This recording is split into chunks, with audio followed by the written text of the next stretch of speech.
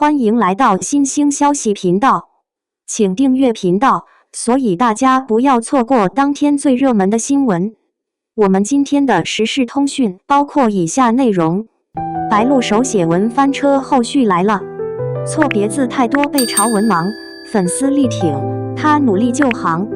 2023年11月，天气刚转凉，北方的风已经带着干涩的刺感。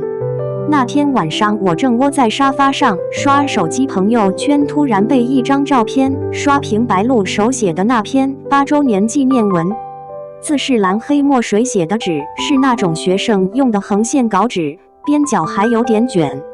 他写得很认真，一笔一划，可已经在混着来看的我忍不住笑出声。我也不是故意要笑他，就是那种感觉，像看到邻居家那个总考60分但从不放弃的小妹妹又一次交上了她的作文本。有人立刻开骂，这水平也配当顶流？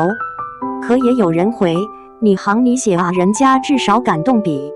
我盯着那张图看了好久，忽然觉得这事没那么简单。他叫白梦妍，苏州人，说话带点软糯的尾音，早年做模特时总被人说讲话不利索。2015年，他刚来苏州闯生活，住在一个不到10平米的出租屋，冬天没暖气，靠一个小电暖气撑着。有天晚上，经纪人当着整个团队的面说他台词念得跟结巴似的，字都不认识几个，还想红。那晚他没哭，只是翻出一本旧旧的现代汉语词典，在扉页上用铅笔写了句我要说话不被人笑，字歪歪扭扭，像是小孩子写的。那本书现在还在他书架上，他说舍不得扔，那是我第一次觉得自己也能改命。时间跳到2018年，横店的冬天湿冷得厉害，我在剧组探班时见过他一次，凌晨2点，化妆间还亮着灯，他戴着护眼贴，手里攥着剧本，嘴里小声念着台词。助理说他每天都要多练2遍，怕自己反应慢拖累别人。剧本上贴满了5颜6色的便利贴，全是拼音和词义解释，有些地方还画了小箭头，写着这里要哭出来。导演说他不是最有天赋的，但绝对是最肯熬的。那年拍《凤求凰》，他为了演好一个情绪爆发的戏，反复练了20多遍，直到声音沙哑。有场戏他跪在地上哭喊，监视器回放时，导演直接站起来鼓掌，这丫头把心掏出来了。可到了2023年，一篇手写文把他推到了风口浪尖，全文1276字，错别字近10处，网友截图赚疯了。已经代替已经，在不分的乱用。有人嘲这水平还不如我侄女小学3年级，可也有人翻出他过去几年的采访视频，发现他说话其实越来越顺，语气也稳了。更有人做了个对比视频，左边是他2016年签错名字的现场，右边是这次手写文的最后一页，写着我会继续努力。虽然还是错，但写了3页，一笔没停。有个粉丝在微博说，你们笑他写错字，可他至少敢写。我们公司年会发言稿都让行政代写，谁还敢说自己？语言学老师老陈在饭局上聊起这事，喝了2口酒，笑着说，现在谁还手写啊？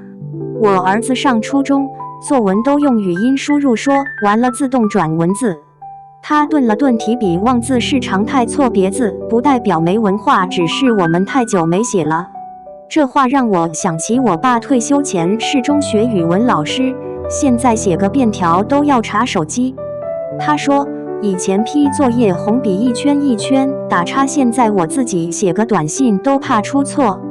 白鹿的错字像是照出了我们这一代人的集体退化，不是他不行，是我们都快不会写了。更让人心头一紧的是对比，2022年某男明星手写生日祝福，6行字7个错，把祝福写成祖福，粉丝却说太可爱了，真实不做作。没人骂他文盲，可轮到白鹿就成了没文化，配不上顶流。这差别像极了小时候班里的情景，男生打架叫有血性，女生哭一下就是娇气。社会对女性的表达总是要求更完美，否则就是不够格。白鹿这一写，反倒撕开了这层纸。2023年12月，北京一场公益活动现场，他拿着那份被全网嘲的手写稿复印件，站在一群乡村女孩面前。他说：“我知道我写的不好，但我还是想说。”台下有个15岁的小姑娘，低头看着自己写的信，手一直在抖。她后来告诉我，那是她第一次写这么多字。我写的是我不想嫁人，我想读书。白鹿念完自己的信，全场安静了几秒，然后掌声响起来，有人哭了。活动结束后，组织者说这是他说计划的第一场，未来要在10个县城推广。今年年初，他在微博发了个视频，书桌前翻开一本现代汉语规范词典，旁边是填字格本。从今天起每周学5个易错字。他说：“我不是要考状元，只是想把我心里的话说得更清楚一点。”评论区炸了，几千条留言说我也开始练了，今天写了第1篇日记。有个大学生说，为了打卡，我买了支钢笔，写着写着发现自己其实有很多话想说。前2天我去他工作室取东西，看见3只大纸箱堆在角落，全是粉丝寄来的信。工作人员说每封信末尾都有一行字，我也开始写了。我随手翻开一封，是个初中女生写的，字迹稚嫩，有涂改但很认真。最后一句是：姐姐你写错了没关系，我也会错，但我们都在写。那一刻我忽然懂了。2. 白鹿穿姥姥的衣服录节目，网友们都惊呆了，这背后有什么故事？白鹿这次真是玩出新花样了。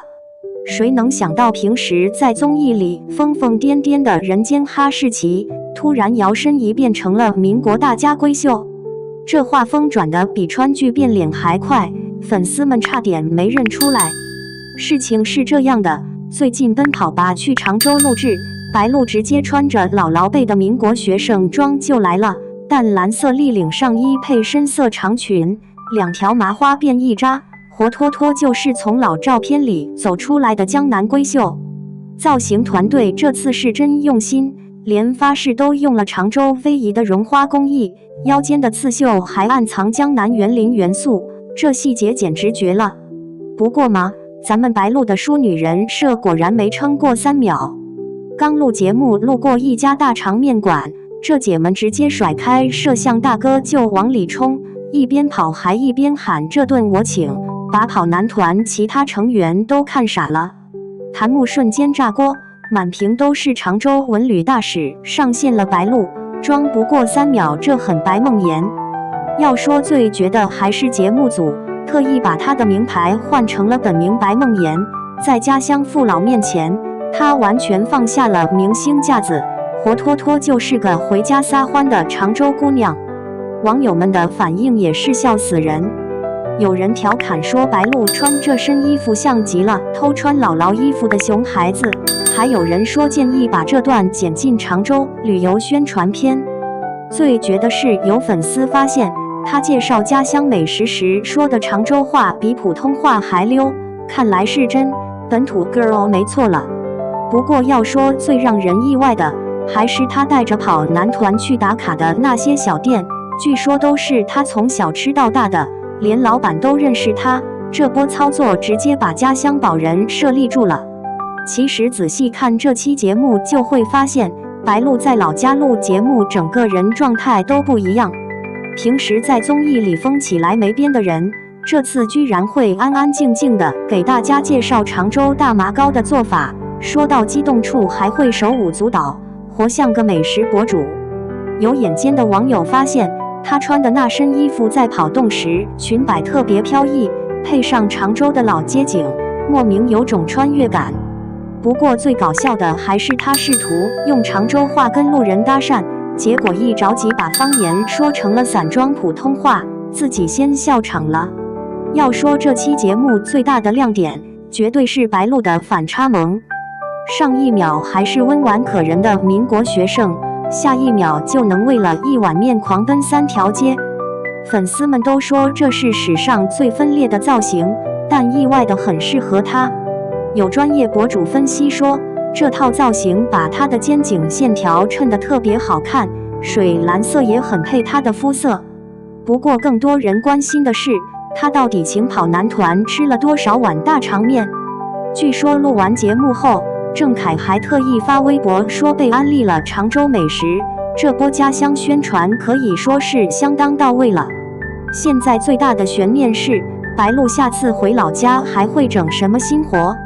毕竟这次连姥姥的衣服都穿出来了，下次怕不是要把奶奶的嫁妆也翻出来？